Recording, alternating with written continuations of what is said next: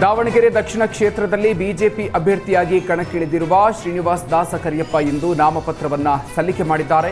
ಈ ವೇಳೆ ಬಿಜೆಪಿ ನಾಯಕರು ಸೇರಿದ್ದು ಒಗ್ಗಟ್ಟಿನ ಜಪ ಮಾಡಿದ್ದಾರೆ. ದುರ್ಗಾಂಬಿಕಾ ದೇವಸ್ಥಾನದಿಂದ ಮೆರವಣಿಗೆ ಆರಂಭಿಸಿ ಮಹಾನಗರ ಪಾಲಿಕೆ ಚುನಾವಣಾ ಕಚೇರಿಗೆ ಆಗಮಿಸಿ ನಾಮಪತ್ರ ಸಲ್ಲಿಸಿದ್ದಾರೆ. ಈ ವೇಳೆ ಶ್ರೀನಿವಾಸ ದಾಸಕರಿಯಪ್ಪಗೆ ಮಾಜಿ ಸಿಎಂ ಯಡಿಯೂರಪ್ಪ, ಮಾಜಿ ಸಂಸದ ಜಿಎಂ ಸಿದ್ದೇಶ್ವರ್, ಮಾಜಿ ಸಚಿವ ಎಂಪಿ ರೇಣುಕಾಚಾರ್ಯ, ಮಾಜಿ ಶಾಸಕ ಎಚ್ಎಸ್ ಶಿವಶಂಕರ್ ಸಾಥ್ ನೀಡಿದ್ದಾರೆ.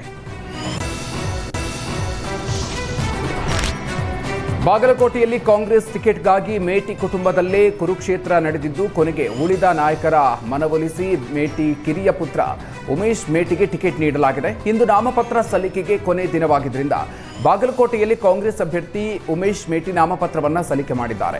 ಈ ವೇಳೆ ಉಮೇಶ್ ಮೇಟಿಗೆ ಸಿಎಂ, ಡಿಸಿಎಂ ಸಾಥ್ ಕೊಟ್ಟಿದ್ದಾರೆ.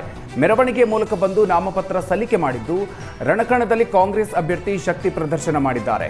ಇನ್ನು ನಾಮಪತ್ರ ಸಲ್ಲಿಕೆಗೂ ಮುನ್ನ ಕಾಂಗ್ರೆಸ್ ಅಭ್ಯರ್ಥಿ ವಿಶೇಷ ಪೂಜೆಯನ್ನು ಸಲ್ಲಿಸಿದ್ದು, ಹೊಳೆ ಆಂಜನೇಯ ರಾಘವೇಂದ್ರ ಮಠಕ್ಕೆ ಭೇಟಿ ನೀಡಿ ದೇವರಿಗೆ ಪ್ರಾರ್ಥನೆಯನ್ನು ಸಲ್ಲಿಸಿದ್ದಾರೆ.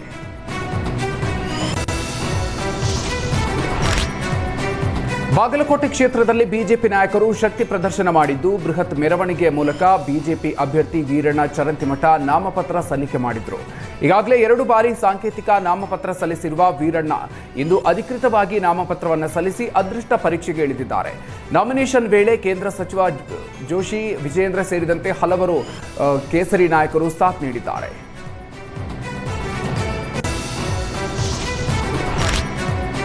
ಈಗಾಗಲೇ ದಾವಣಗೆರೆ, ಬಾಗಲಕೋಟೆ 2 ಕ್ಷೇತ್ರದಲ್ಲೂ ಅಭ್ಯರ್ಥಿಗಳು ನಾಮಪತ್ರವನ್ನು ಸಲ್ಲಿಸಿ ಅಧಿಕೃತವಾಗಿ ಪ್ರಚಾರ ಕಣಕ್ಕೆ ಇಳಿದಿದ್ದಾರೆ.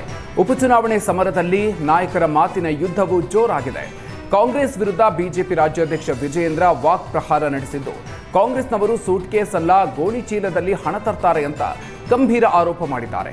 ಬಾಗಲಕೋಟೆ, ದಾವಣಗೆರೆ 2 ಕ್ಷೇತ್ರದಲ್ಲಿ ಗೆಲ್ತೀವಿ, ಶಿರಾ, ಕೆಆರ್ಪೇಟೆಯಲ್ಲಿ ಕಾಂಗ್ರೆಸ್ ಕುತಂತ್ರ ಮಾಡಿ ಗೆದ್ದಿದ್ರು. ಈ ಬಾರಿ ಬಿಜೆಪಿ ಅಭ್ಯರ್ಥಿಗಳ ಗೆಲುವು ಗ್ಯಾರಂಟಿ ಅಂತ ವಿಜಯೇಂದ್ರ ಹೇಳಿದ್ದಾರೆ.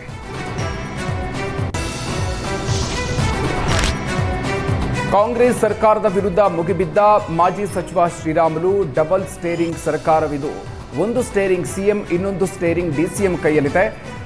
ಎಐಸಿಸಿ ಅಧ್ಯಕ್ಷ ಖರ್ಗೆ ಕೇವಲ ಉತ್ಸವ ಮೂರ್ತಿಯಾಗಿದ್ದಾರೆ ಅಂತ ವ್ಯಂಗ್ಯವಾಡಿದರು. ಬೈ ಎಲೆಕ್ಷನ್ಗಳಲ್ಲಿ ನಮ್ಮ ಇಬ್ಬರೂ ಅಭ್ಯರ್ಥಿಗಳು ಗೆಲ್ಲೋದು ನಿಶ್ಚಿತ. ಹಿಂದೆ ಮಾಡಿದ ತಪ್ಪನ್ನ ಬಾಗಲಕೋಟೆ ಜನ ಮಾಡೋದಿಲ್ಲ. ಮುಂದಿನ ಚುನಾವಣೆಗೆ ಈ ಉಪಚುನಾವಣೆ ದಿಕ್ಸೂಚಿ ಆಗಲಿದೆ. ಸರ್ಕಾರ ಹಣಬಲ, ತೋಳ್ಬಲ ತೋರಿಸ್ತಾರೆ, ಆದರೆ ಜನರ ಬಲ ಇರೋದ್ರಿಂದ ಈ ಬಾರಿ ಬಿಜೆಪಿ ಗೆಲ್ಲುತ್ತೆ ಅಂತ ರಾಮುಲು ಗೆಲುವಿನ ಭರವಸೆ ವ್ಯಕ್ತಪಡಿಸಿದ್ದಾರೆ.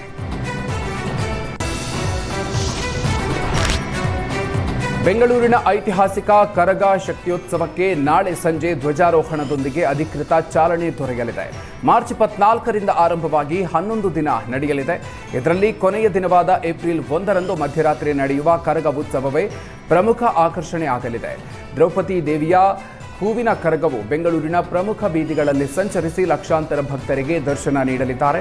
ಈ ಬಾರಿಯೂ ಕರಗವನ್ನು ಹೊರುವ ಗೌರವವನ್ನು ಜ್ಞಾನೇಂದ್ರ ಸ್ವಾಮಿಯವರಿಗೆ ಸಿಕ್ಕಿದ್ದು, 16ನೇ ಬಾರಿ ಕರಗ ಹೊರಲಿದ್ದಾರೆ.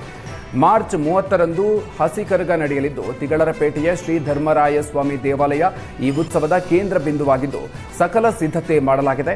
ಪ್ರಥಮ ಬಾರಿಗೆ ಮೈಸೂರು ದಸರಾ ಮಾದರಿಯಲ್ಲಿ ಭವ್ಯ ವಿದ್ಯುತ್ ದೀಪಾಲಂಕಾರ ಮಾಡೋದಕ್ಕೆ ನಿರ್ಧರಿಸಿದ್ದಾರೆ.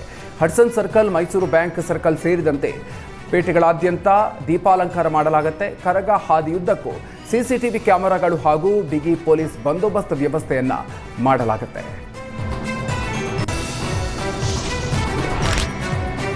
ಮೂಡಬಿದ್ರೆ ಇನ್ಸ್ಪೆಕ್ಟರ್ ಸಂದೇಶ್ ವಿರುದ್ಧ ಅತ್ಯಾಚಾರ ಸೇರಿ ಹಲವು ಆರೋಪ ಕೇಳಿಬಂದಿದ್ದು, ಪ್ರಕರಣದ ತನಿಖೆಗೆ ಸಿಐಡಿ ನೇಮಿಸೋದಕ್ಕೆ ಗೃಹ ಸಚಿವ ಪರಮೇಶ್ವರ್ ಆದೇಶ ನೀಡಿದ್ದಾರೆ. ಇಂದು ಮಹಿಳಾ ಆಯೋಗದ ಅಧ್ಯಕ್ಷೆ ನಾಗಲಕ್ಷ್ಮಿ ಚೌಧರಿ ನೇತೃತ್ವದಲ್ಲಿ ಭೇಟಿ ನೀಡಿ 4 ಸಂತ್ರಸ್ತೆಯರು ಗೃಹ ಸಚಿವರನ್ನು ಭೇಟಿ ಮಾಡಿದ್ರು. ಸಚಿವ ಪರಮೇಶ್ವರ್ ಎದುರು ನೋವು ತೋಡಿಕೊಂಡಿದ್ದು, ಸಂತ್ರಸ್ತೆಯರ ಭೇಟಿಯ ಬಳಿಕ ಸಿಐಡಿ ತನಿಖೆ ಕೊಟ್ಟಿದ್ದೀವಿ ಅಂತ ಪರಮೇಶ್ವರ್ ಹೇಳಿಕೆ ಕೊಟ್ಟಿದ್ದಾರೆ. ತುರ್ತಾಗಿ ಸಸ್ಪೆಂಡ್ ಮಾಡಿದ್ದೀವಿ, ವರದಿ ಕೊಡಬೇಕು ಅಂತ ಕೇಳಿದ್ದೀವಿ. ಸಿಐಡಿ ತನಿಖೆಯಿಂದ ಎಲ್ಲಾ ಸತ್ಯಾಂಶ ಹೊರಬೀಳಲಿದೆ ಅಂತ ಪರಮೇಶ್ವರ್ ಹೇಳಿದ್ದಾರೆ.